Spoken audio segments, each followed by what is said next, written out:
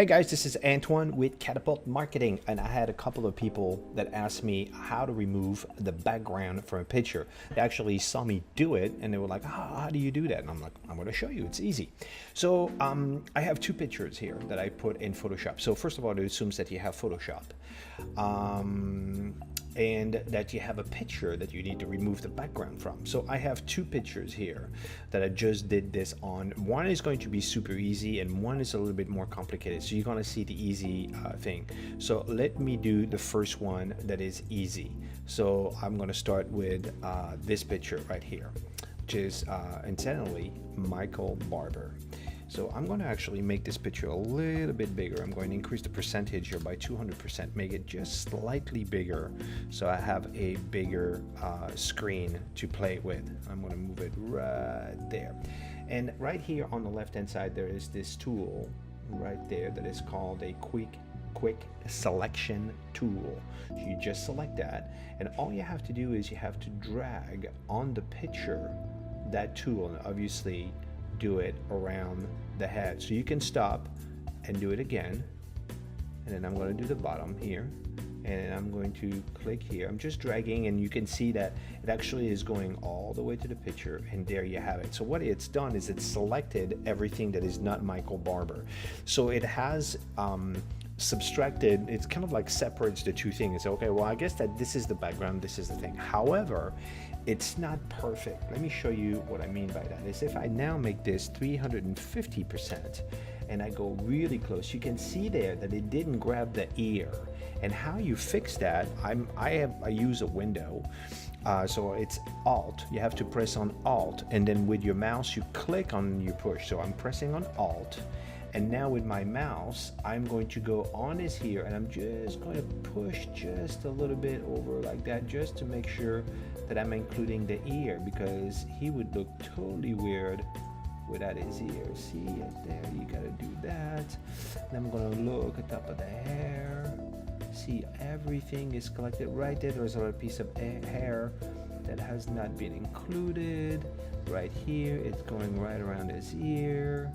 It's doing all of that. Here, the color, you can see that. So there's just little details that, you know, it will make a mistake and consider and think it's part of the background. So you got to go around the person really neatly and just making sure that you're not cutting anything that should be part of the picture. Right there, there's a little bit. So again, Alt, and I'm just pushing like that.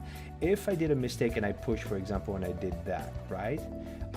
While I was pressing Alt, all I have to do now is don't press on Alt and do this, and you just put it back around his beautiful neckline. And then this, you want to make sure you're disappearing all of that.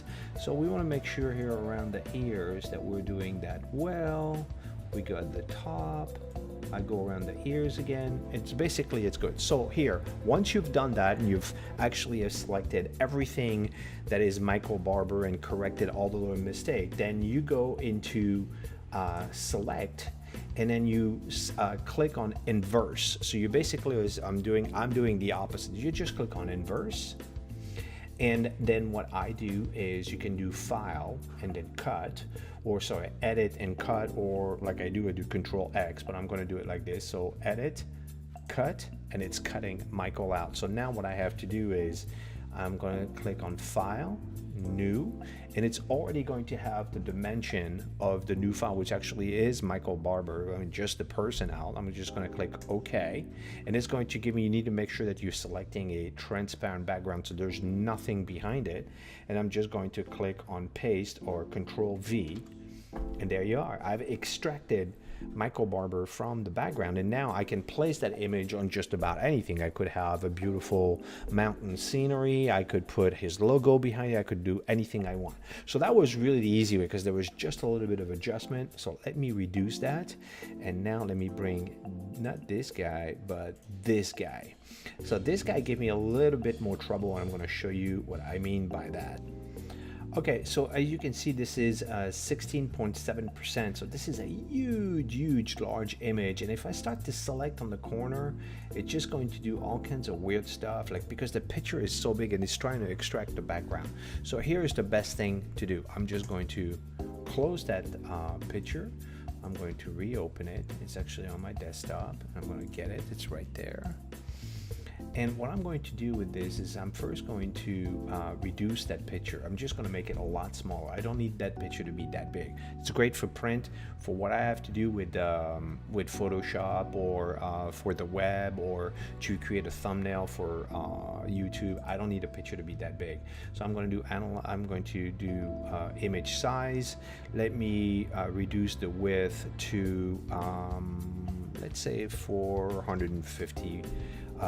Width by 675. Okay, now I have a much smaller picture. Of course, it gave me 17%.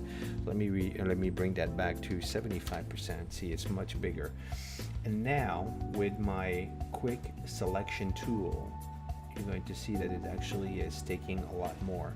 But what it did to me the first time, and it's doing it again, there you go. That is the perfect example. See, what it has done is it selected his entire head. For some reason, it figured that the jacket, the shirt, and the tie, that's one thing, and then the head and the background is another thing. And it's not.